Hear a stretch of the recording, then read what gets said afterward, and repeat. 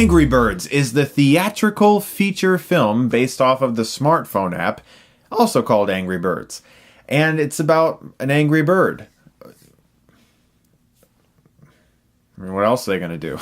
So there's an island of happy, carefree, flightless birds, and one of them is named Red. He's voiced by Jason Sudeikis, and he's the only bird on this island that's very cynical. He doesn't really enjoy life. In fact, he treats everyone like crap. And due to a mishap he's involved with, he's charged to undergo anger management therapy. During this time period, these pigs come to the island, and everyone just loves them because they're different and no one's seen them before. But Red, he doesn't like any of his own kind, so immediately he's obviously skeptical about this strange new species who might just have a sinister plan. I had no real anticipation for seeing Angry Birds. There was nothing about the trailer that made me laugh. There was really nothing about the app that made me think it should be a movie, but we live in a post-Lego movie world where a movie that really has no reason to exist that does sort of come off like a giant product placement can actually be really good. I'm not going to come out and say this movie is terrible because it's not. The animation is actually fantastic. The character designs are extremely good. Each little feather feels like it has a life of its own. There's a lot of purposeful imperfections in the way the birds move, like this one scene where Red is trying to step over this annoying laughing sign that he beat up,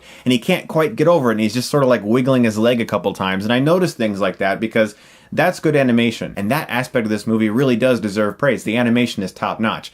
But I couldn't shake this feeling as I watched this movie throughout the entire runtime that the film is just making it up as it goes along. Almost like the script is just kind of being written while you're watching the current scene. They're already writing the next scene, and hopefully something interesting will happen then. It felt like exactly what it is. Someone trying to make a movie about a smartphone app and running out of material because it's a game where birds get launched into towers with slingshots. So I like the idea of Jason Sudeikis as this angry, cynical bird that thinks life is terrible and he's surrounded by birds who are so happy-go-lucky, but the film just doesn't really get that much out of it. The jokes really aren't that funny, and there are times where you're like, I understand why he's angry. There's a scene where this bird is just sneezing directly into his popcorn, and I'll be like, yeah, I'd be pissed if that was happening to me too. But then there are other times where the character just really gets annoying, and his cynicism actually grew very tiresome quickly. One thing though, and this is sort of weird because, like, it doesn't bother me because I'm an adult and I watch R-rated comedies, so gross out humor or rude humor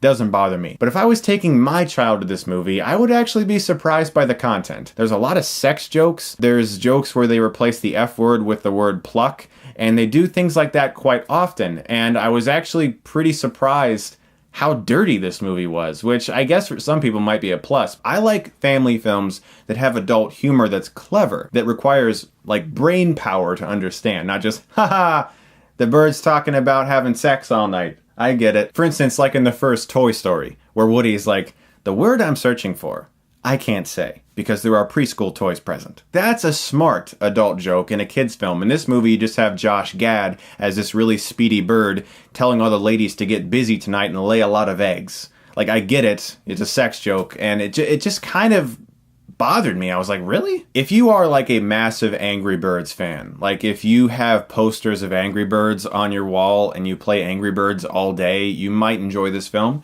If you're a young kid, you might enjoy it, but I really don't see the purpose of this movie. A lot of the jokes miss. The plot isn't very interesting. The characters aren't either. In fact, the funniest character in this movie is Terrence, voiced by Sean Penn, surprisingly, who spends the majority of the movie going,